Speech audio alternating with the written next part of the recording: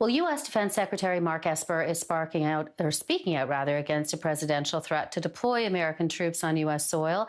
The statement contradicts U.S. President Donald Trump, who recently said he would deploy the military if necessary to respond to the unrest over the death of George Floyd.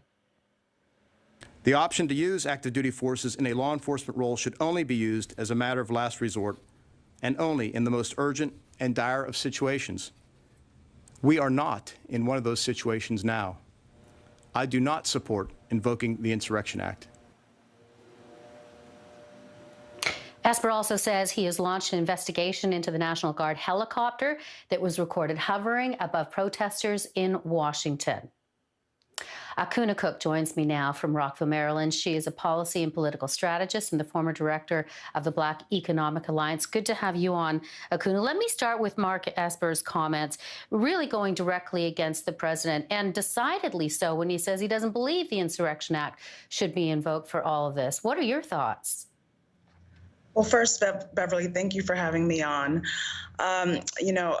The poet Maya Angelou made the remarks that the role of racism is to distract. It's to distract us from doing our work. And so I want to start off by just coming back to the reason why you're having the protests in the United States, which is the extrajudicial killing of George Floyd at the hands of police.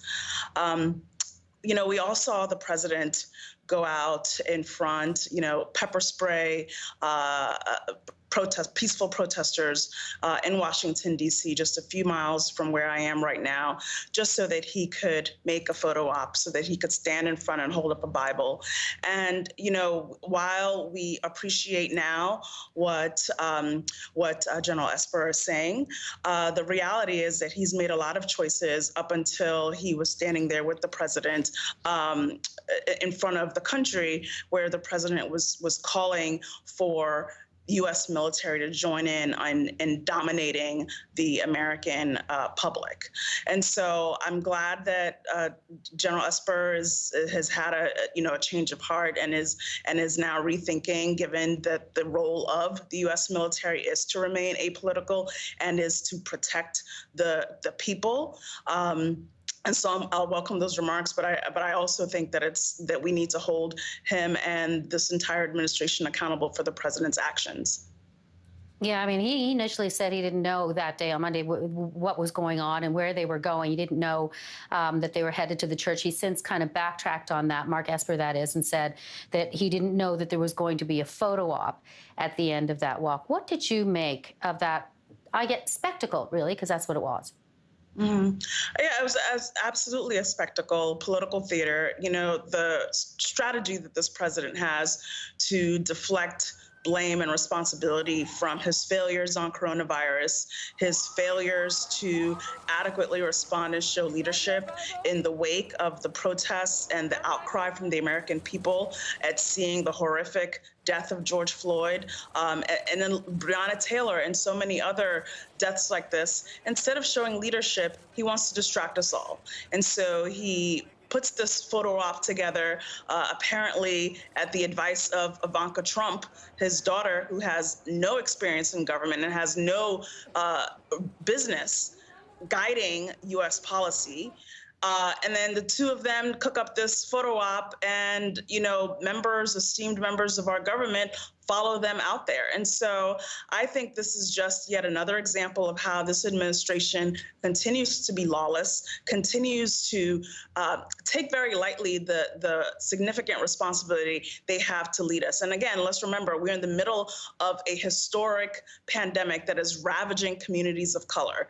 And so we really need to have a president and administration, and frankly, let's also be clear, a Republican Party that has largely stood silently as this president has trampled on our rights and trampled on what really makes this country's values. And so, it's time for enough is enough, and it's time for all of us to start to speak out. And I'm glad that Mark Esper, and I'm glad that others are starting to speak out, but it's almost a bit too late.